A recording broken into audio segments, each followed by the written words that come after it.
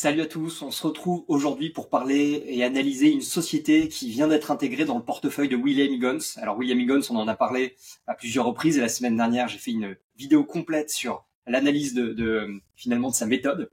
Et donc aujourd'hui, on va parler de l'entreprise Danieli. Alors pourquoi est-ce que je me suis intéressé à cette société? Tout simplement parce que William Higgins vient de l'intégrer dans le portefeuille Europe Mid.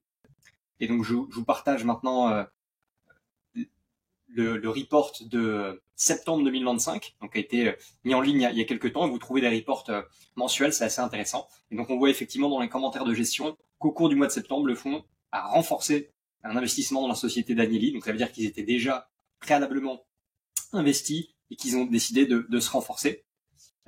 Alors, qu'est-ce qu'on peut dire sur Danieli? C'est de l'ingénierie italienne. C'est une entreprise qui est faiblement valorisée quand on va regarder son EBITDA, on va en parler un petit peu tout à l'heure.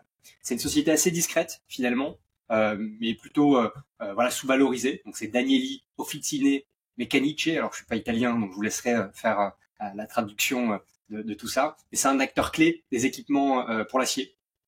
Et c'est finalement le genre de dossier qui peut intéresser Indépendance, dans le sens où c'est pas hyper sexy, c'est pas non plus la boîte la plus liquide, voilà, mais c'est plutôt rentable et en tout cas c'est bourré de cash. Donc c'est ce qu'on va voir tout à l'heure.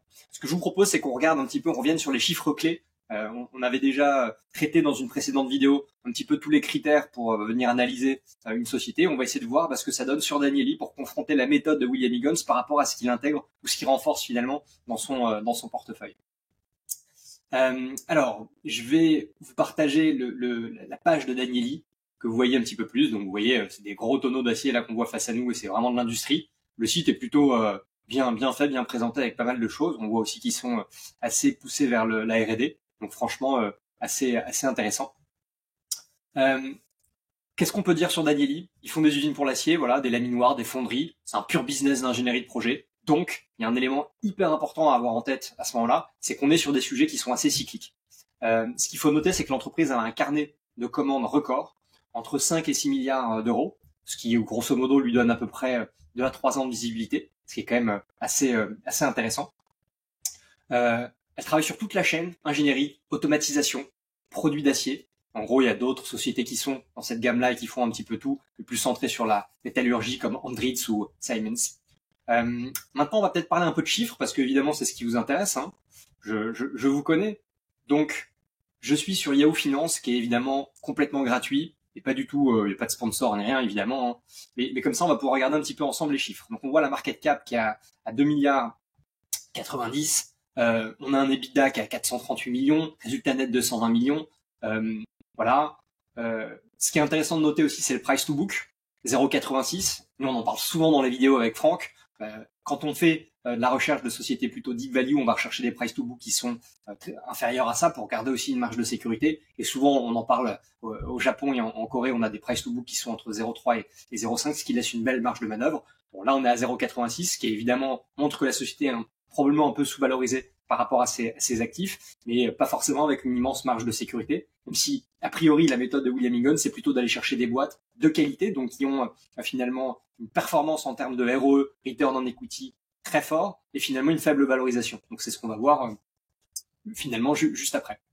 Alors, ce qu'on va essayer de regarder, c'est le PER ici. On voit que finalement, sur cette indication-là, il est pas extrêmement bas, il est pas très élevé non plus, il est à 10,80. Alors j'ai cherché d'autres sources.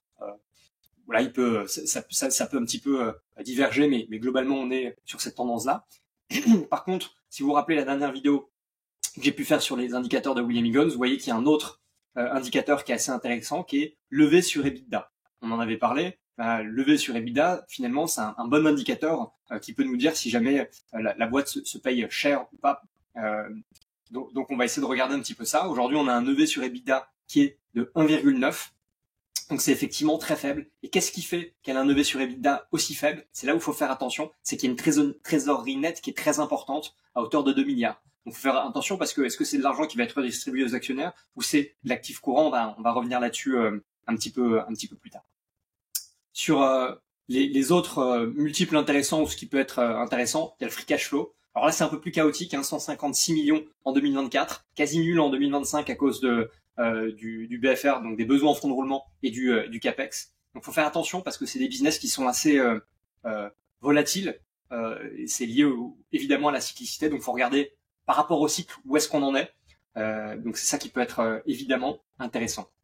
Je vais vous partager aussi d'autres tableaux, qui est une autre plateforme qui cette fois-ci est payante, que moi j'utilise, qui s'appelle Invest. Il y en a plein d'autres, il y en a plein gratuites, mais ça peut vous donner aussi des infos. Et là je vais vous partager en gros, alors vous avez un tableau général. Ce qui est intéressant, j'en profite, c'est que là on est vraiment dans une phase de momentum. Et c'est quelque chose que William Higgins apprécie de plus en plus, de investir finalement dans des boîtes qui commencent à avoir des bonnes performances pour profiter du momentum.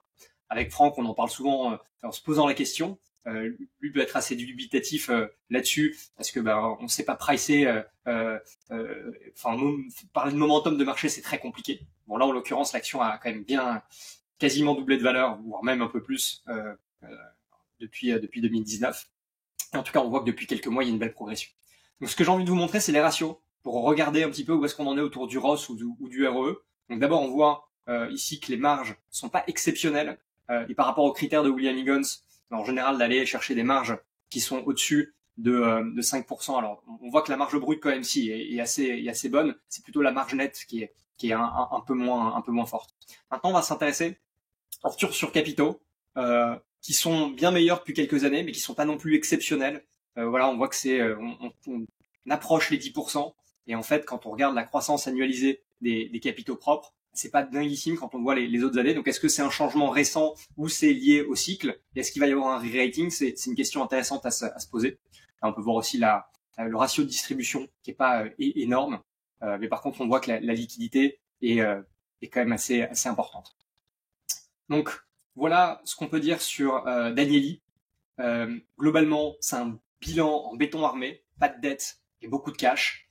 C'est une entreprise familiale, ça on n'en a pas parlé, mais c'est détenu a priori à 68% par la famille Sind, avec un flottant qui est pas énorme, qui est de 23%. Donc c'est pas hyper liquide, c'est pas très bien couvert, il n'y a pas énormément de hype autour de ça. Mais sans doute ce que se dit Indépendance Asset Management, c'est que il y a d'autres acteurs comme Andritz, Mitsubishi Heavy, qui ont des EV sur EBITDA qui sont beaucoup plus importants. Même si là, effectivement, il y a une partie qui est en lien avec la trésorerie, ce qui peut jouer. Donc, faut vraiment se poser la question de savoir si c'est un matelas ou si ça va être utilisé finalement dans la gestion journalière, parce qu'on a vu que les free cash flow étaient pas non plus dinguissimes. Donc, j'allais dire que c'est plutôt un achat assez conservateur, en plus dans un secteur qui est un secteur assez défensif, qui est très cyclique. Ils jouent sur le momentum, ils se renforcent, donc ça veut dire qu'ils étaient déjà présents sur l'action et qu'ils ont dû sans doute avoir une plus-value latente assez intéressante. Mais en tout cas, c'est intéressant de voir que aujourd'hui se renforce sur ce titre-là, sachant que si c'était du pure value, pour nous a priori au Japon et en Corée, il y a quand même beaucoup mieux à faire. Et si on était vraiment sur de la quality value pure, on l'a vu le ROE sur quelques années, là on est sur les 3 dernières années en moyenne à 10%, mais avant ça on était à bien en deçà. Et donc c'est pas non plus les boîtes les plus génératrices de cash. Donc c'est intéressant de voir qu'il est sur une forme un peu de compromis sur ces deux modèles-là. Voilà, est-ce qu'il peut y avoir mieux à faire? Probablement oui. Après, est-ce que c'est un move, on va dire, conservateur de sa part? Probablement aussi. Moi, j'ai mis quelques petits risques que j'ai identifiés par rapport à cette boîte. Le cycle, évidemment, acier. Il peut y avoir des commandes en pause si le cycle est défavorable. Il peut y avoir des risques d'exécution sur des projets longs, parfois un peu complexes. Il y a évidemment l'effet de change qui peut jouer, surtout en ce moment avec ce qui se passe d'un point de vue macro sur tout ce qui est sujet euro-dollar. La gouvernance fermée, une famille majoritaire, alors ça peut être à la fois une très bonne chose, en même temps, il faut se poser des questions sur la gouvernance et ce qui peut être redistribué aux actionnaires. Et par contre, il peut y avoir évidemment des catalyseurs, et je pense que c'est ce sur quoi joue Indépendance, le dégonflement du BFR, et là, ça permettrait un retour important du cash flow, et donc là, je pense que ce serait un signal aussi pour le marché de continuer le re-rating. Des nouvelles commandes, évidemment, et que ce soit les fonds value européens ou d'autres acteurs du marché qui se rendent compte finalement des multiples des sociétés concurrentes et qui se disent que finalement Danieli est beaucoup moins cher. Donc en réalité, on va dire que c'est une forme d'anti-valeur à la mode. Il n'y a pas d'IA, il n'y a pas de storytelling, mais c'est une boîte qui est finalement avec un potentiel a priori quand même intéressant et qui a en tout cas un matelas confortable en termes de cash et de trésorerie avec un EV sur EBITDA. Et je vous laisserai, si vous voulez faire des recherches, pour me dire si vous pensez qu'il est un petit peu finalement qu'en réalité, il est pas vraiment de ce niveau-là à travers de la trésorerie et elle sert plutôt la gestion au quotidien, ou qu'au contraire, c'est vraiment une boîte qui est complètement dépréciée par rapport à sa valeur et qu'à ce moment-là, il est urgent d'investir dessus. Moi, je suis pas actionnaire de Danieli. Je trouvais ça intéressant de faire un rapprochement entre finalement les outils et la méthodologie de William Higgins et son fonds évidemment Indépendance qui vient de se renforcer sur ce titre-là. Et je vous laisse me dire un petit peu votre avis avec plaisir en commentaire. À très bientôt.